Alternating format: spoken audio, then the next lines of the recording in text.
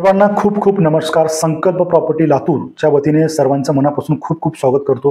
मित्रांनो, आपल्याला प्रॉपर्टी घ्यायचं असेल तर आपल्याला महत्त्वाचे मुद्दा जर बघितला तर आपल्या कुठल्या प्रकारची काळजी घेतली पाहिजे, कुठल्या कागदपत्राची पूर्तता आपल्याला करून घेतली पाहिजे, या विषयावर मी तुमच्याशी चर्चा करणार आहोत.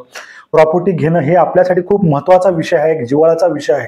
कारण की आपल्या जीवनामध्ये आपल्याला माहिती आहे की प्रचंड कष्ट करून आपण प्रॉपर्टी घेतली जातो. आपल्या लेकरांसाठी, आपल्या लेकरांसाठी, आपल्या भावी पिढीसाठी किंवा आपल्याला राहण्याच्या घरासाठी किंवा इन्व्हेस्टमेंटसाठी आपण ही प्रॉपर्टी घेत असतो.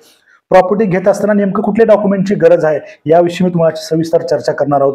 पहिली गोष्ट, प्रॉपर्टी घेत असताना ज्यांची प्रॉपर्टी आपण घेतोय त्याची रजिस्ट्री समजून घेणं गरजेचं आहे.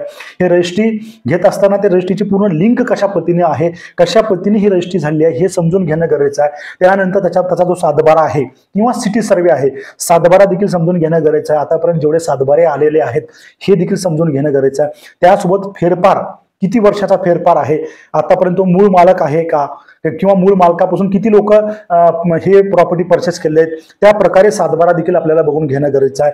फेरफार देखील बघून घेणं गरजेचं आहे. जो आपण प्लॉट घेतोय हा प्लॉट सातपाणी आहे का गुंठेवारी आहे का, लेआउट मंजूर आहे का गुंठेवारी लेआउट आहे का, ह्या सर्व विषयाचा देखील आपल्याला अभ्यास करणं गरजेचं आहे. आणि त्यासोबत ग्रामपंचायतला नोंद आहे का हे देखील बघणं गरजेचं आहे. ग्रामपंचायत किंवा महानगरपालिका किंवा नगरपालिकेला याची नोंद असणं देखील गरजेचं आहे.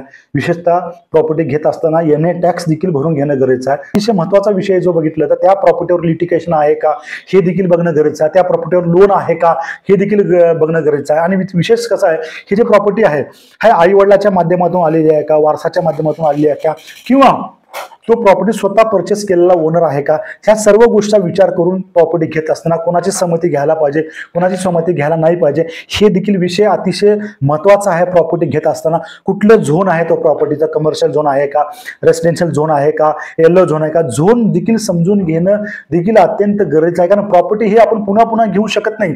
बऱ्याच लोकांच्या जीवनामध्ये एखादी एक प्रॉपर्टी आपण घेतो, काही लोक दोनदा तीनदा देखील प्रॉपर्टी घेऊ शकतात ज्यांच्याकडे पैसा आहे. ज्यांच्याकडे पैसा नाही ते लोक खूप कष्टातून प्रॉपर्टी घेतात. त्यामुळे आपल्याला काळजीपूर्वक प्रॉपर्टी घ्यावं लागणार आहे. विशेषतः प्रॉपर्टी घेताना वकिलाचा सल्ला देखील घेणं गरजेचं आहे. वकिलाच्या माध्यमातून सर्च रिपोर्ट देखील काढणं फार गरजेचं आहे. आणि विशेषतः प्रॉपर्टी घेत असताना नियमानच जे नियम घातलेले आहेत त्याचप्रमाणे आपण प्रॉपर्टी घेतलात आणि जे मी सांगितलो एवढी जरी आपण काळजी जर घेतलात तर विशेषतः आपल्याला पुन्हा प्रॉब्लेम उद्भवणार नाहीत, हे तुम्हाला मी सांगू शकतो. जय हिंद, जय भारत, जय संकल्प प्रॉपर्टी. जय हिंद, जय भारत.